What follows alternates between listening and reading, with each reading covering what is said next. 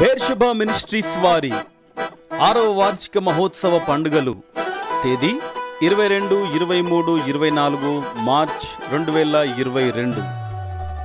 సమయం ఉదయం 10:30 గంటలకు మరియు సాయంత్రము 6:30 గంటలకు. వాక్యోపదేశకులు పాస్టర్ పి ప్రవీణ్ కుమార్ గారు, బేర్షెబా మినిస్ట్రీస్ వ్యవస్థాపకులు, సదాశివపేట. పాస్టర్ డానియల్ కుమార్ గారు, విశాఖపట్నం. పాస్టర్ జాన్ భాస్కర్ గారు, షారోన్ పీస్ మినిస్ట్రీస్, సంగారెడ్డి.